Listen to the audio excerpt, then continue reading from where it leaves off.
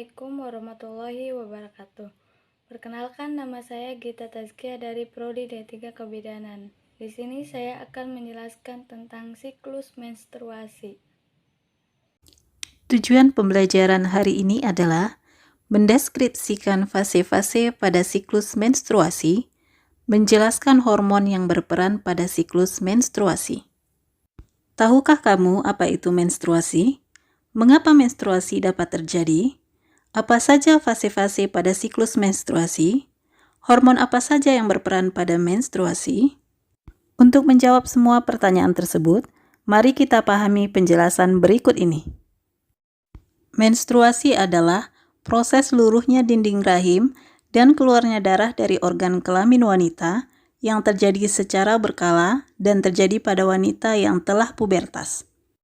Menstruasi akan terjadi apabila sel telur tidak dibuahi oleh sel sperma. Pada umumnya, siklus menstruasi berlangsung selama 28 hari. Akan tetapi, siklus ini tidak sama pada semua perempuan. Ada yang mengalami siklus pendek dan ada yang mengalami siklus panjang. Ada 3 fase pada siklus menstruasi, yaitu yang pertama, fase menstruasi, yang kedua, fase proliferasi, dan yang ketiga, fase sekretori. Mari kita bahas satu persatu. Perhatikan gambar berikut.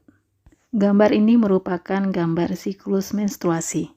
Ada 3 bagian yang terlihat pada gambar siklus menstruasi. Yang bagian bawah merupakan gambar dari lapisan dinding rahim atau endometrium.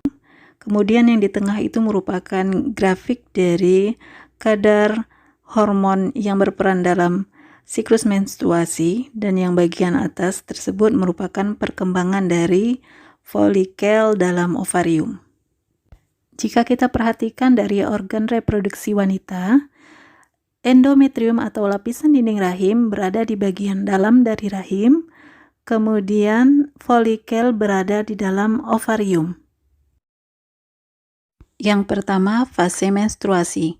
Pada fase ini, dinding rahim akan luruh dan mengeluarkan darah, lendir, dan sel-sel epitel yang menyusun dinding rahim. Selama menstruasi yang berlangsung beberapa hari, hormon FSH memicu berkembangnya folikel dalam ovarium. Yang kedua, fase proliferasi. Pada fase ini, hormon estrogen dan progesteron dihasilkan oleh folikel yang mulai berkembang, dan hormon ini memicu dinding rahim untuk menebal. Tahukah kamu apa tujuan dari menebalnya dinding rahim? Dinding rahim menebal untuk mempersiapkan melekatnya embrio apabila terjadi fertilisasi. Selain memicu menebalnya dinding rahim, hormon estrogen juga memicu kelenjar pituitari untuk menghasilkan hormon FSH dan LH. Peningkatan LH menyebabkan ovulasi atau pengeluaran sel telur dari folikel yang telah matang. Yang ketiga, fase sekretori. Folikel yang telah melepaskan sel telur akan berubah menjadi korpus luteum. Jika sel telur yang telah diovulasi tadi tidak dibuahi oleh sel sperma, maka korpus luteum tidak akan memproduksi hormon estrogen dan progesteron lagi, sehingga jumlah hormon ini menjadi rendah. Rendahnya hormon estrogen dan progesteron menyebabkan menstruasi. Materi siklus menstruasi telah selesai kita pelajari pada kesempatan kali ini. Marilah kita tarik kesimpulan bersama-sama.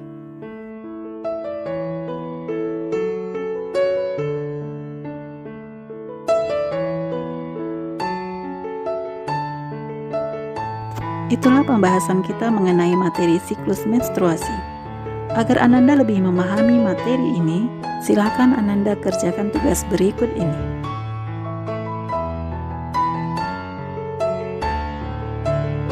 Demikianlah pembelajaran IPA kita kali ini. Mudah-mudahan apa yang Ibu sampaikan dapat dipahami dengan baik.